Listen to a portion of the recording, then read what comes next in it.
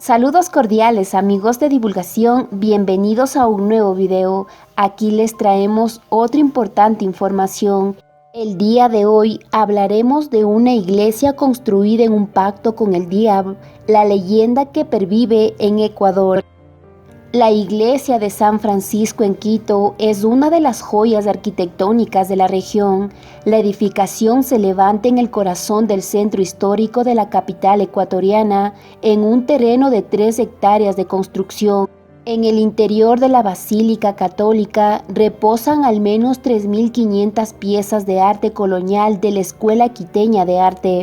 La majestuosidad de la iglesia se refleja especialmente en su plaza homónima, en sus 13 claustros, en su gran atrio central y en su biblioteca franciscana, que en el siglo XVII fue descrita como la mejor virreinato de Lima, según los investigadores José Mercé y José Gallegos. Pero además de las características arquitectónicas y artísticas que rodean a la iglesia de San Francisco, también destaca la leyenda sobre su construcción. Durante cientos de años, el imaginario colectivo ha relatado generación tras generación que un indígena conocido como Cantuña, encargado de la construcción de la iglesia, hizo un trato con el diablo. Para junto a un ejercicio de diablillos, edificaron el complejo arquitectónico de mayor dimensión dentro de los centros históricos de toda América. La leyenda, el pacto y la astucia. En algún momento del siglo XVII, los sacerdotes franciscanos que vivían en Quito buscaban a un constructor que edificara una iglesia, atrio y convento donde los frailes de esa congregación podrían desarrollar sus actividades religiosas. Cuenta la leyenda que un indígena de apellido Cantuña fue contratado para ejecutar la construcción. Algunos dicen que Cantuña descendía del gran guerrero Rumiñahui, que fue general de los ejércitos del Inca Atahualpa, que se enfrentaron ante los españoles. Otros cuentan que Cantuña era un joven obrero con buenas intenciones que aceptó edificar la magnífica iglesia en muy corto tiempo porque la paga era buena. En cambio, otro sector que menoscaba la figura del indígena le atribuye al protagonismo de la leyenda vicios y otros defectos.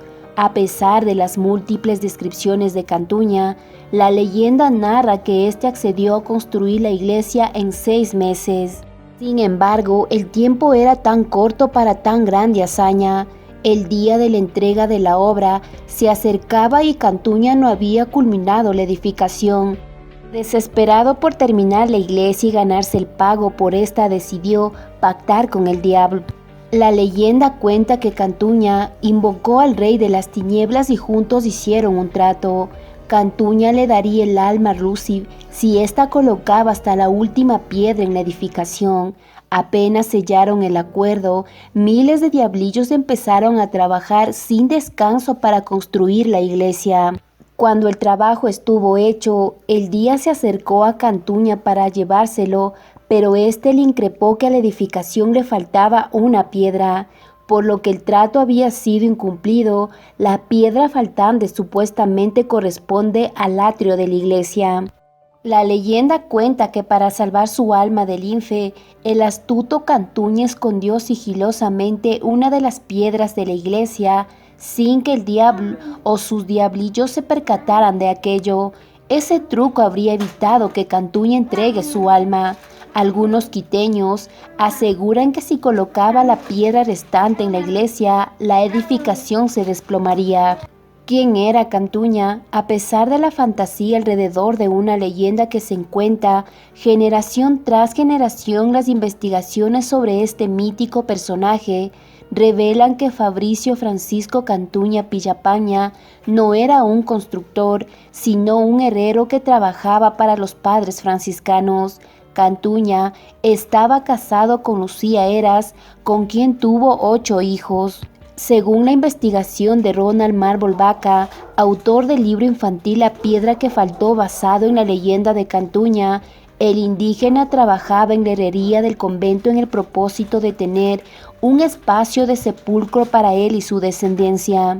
Los registros históricos de Francisco Cantuña datan del siglo XVII y se encuentra la historia del Reino de Quito en la América Meridional, escrita por el jesuita Juan de Velasco, y en las crónicas Maravillas de la Naturaleza, levantadas por el franciscano Juan de Santa entre 1756 y 1767. Según recoge la investigadora Rina Tieda en su libro Cantuña, Historia y Leyenda, Palabra y Poder. Juan de Santa, que escribe sobre Francisco Cantuña, relata el pacto del indígena con el diablo, pero no está relacionada con la construcción de la iglesia, sino con el anuncio de su muerte. Habrá pues cosa de unos 50 años que hubo en Quito un indio herrero, con lo que le llamaban Cantuña, personaje del que decía entregaría su alma al diablo, a condición de que su muerte le sea anunciada con 3 días de anticipación, se lee en el libro de Atieda. Además del cronista indica, según cita Atieda, que se conocía que Cantuña habría estado a cargo de la construcción de una capilla a la Virgen de los Dolores, toda de cantería fina y pegada al lado de nuestra iglesia, y la llaman Capilla de Cantuña, y también en voz común que la mayor parte de las piedras las labraron los Demo. Estos primeros registros también describen a Cantuña como un personaje con recursos económicos producto de su trabajo, aunque incluso en esos relatos los mitos no faltan, pues la oralidad sobre la fortuna de Cantuña indica que su dinero era parte del tesoro de Atahualpa.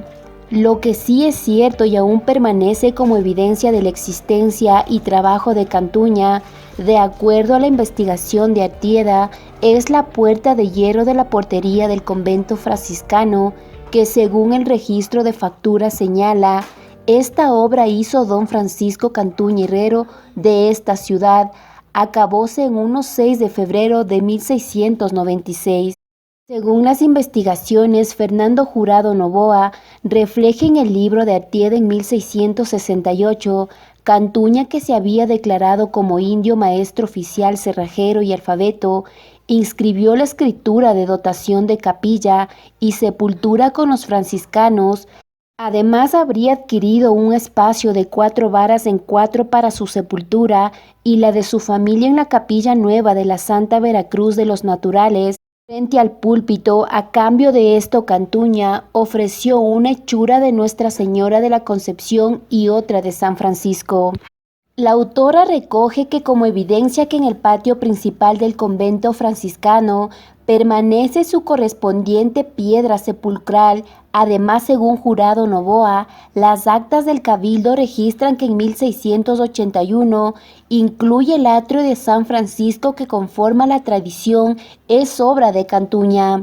Aunque los registros históricos señalan que la construcción de la iglesia de San Francisco, también conocida como la Escorial del Nuevo Mundo, tomó al menos 150 años, la leyenda de Cantuña, considera una de las más antiguas del Ecuador, no ha perdido vigencia, incluso la figura del indígena, que tuvo más astucia y que engañó a Lucifer, se ha convertido en uno de los símbolos tradicionales de Quito.